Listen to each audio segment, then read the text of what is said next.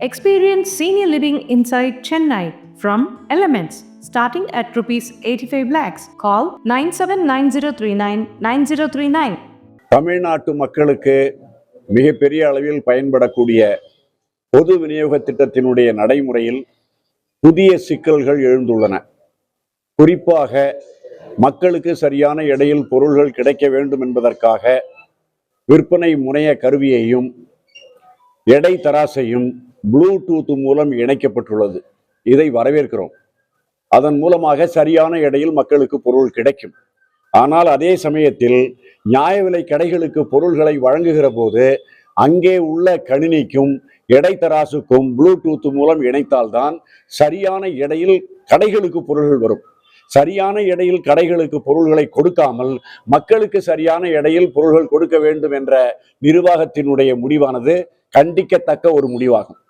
இரண்டாவதாக 40% விரல் ரேகை இருந்தாலே பொருள் கொடுக்கலாம் என்ற நிலையை மாற்றி 90% விரல் ரேகை பொருந்த வேண்டும் என்று மாற்றி இருப்பது யதார்த்தத்திற்கு புறம்பான விஷயமாகும். 20% விரல் ரேகை பொருந்தினாலே சரியான அளவில் பொருள்கள் எல்லோருக்கும் கிடைக்கும் என்ற விஞ்ஞான பூர்வமான நிரூபணம் இருக்கின்ற போது 90% என்று மாற்றி இருப்பதும் ஏற்கத்தக்கது அல்ல. அது மட்டுமல்ல, இணையதள சேவை மேம்பாடு என்பது மிக மோசமாக இருக்கின்றது. பொதுமக்களுக்கு பொருளை கொடுப்பதற்கு ஒரு ஆளுக்கு 2.5 மணி நேரம் 1 மணி நேரம் எடுத்துக்கொண்டால் ஒட்டுமொத்தத்தில் ஒரு 30 பேருக்கு கூட ஒரு நாளில் பொருள்கள் கொடுக்க முடியாது. நான்காவதாக, தனித்துறை பொது விநியோக திட்டத்திற்கு உருவாக்க வேண்டும் என்று சொல்லியிருந்தார்கள். அது மாண்புமிகு தமிழக முதல்வர் அவர்கள் தேர்தல் அறிக்கையிலே குறிப்பிட்டிருந்தார். அதுவும் நிறைவேற்றப்படவில்லை. மொத்தத்தில் பணியாளர்கள் முன்வைத்துள்ள 6 அம்ச கோரிக்கைகள் மட்டுமின்றி 30 அம்ச கோரிக்கைகள் குறித்தும் தனியாக பேச்சுவார்த்தை நடத்தி நிறைவேற்ற வேண்டும் என்ற கோரிக்கையை வலியுறுத்தினோம். ஏற்கப்படாத காரணத்தினால் பல கட்ட போராட்டங்களுக்கு பிறகு வருகிற 22/4/25, 23/4/25, 24/4/25 ஆகிய 3 நாட்களும் தொடர் வேலை நிறுத்தத்தில் தமிழ்நாடு அரசின் நியாய விலைக் கடை பணியாளர் சங்கம் ஈடுபட முடிவு செய்துள்ளது.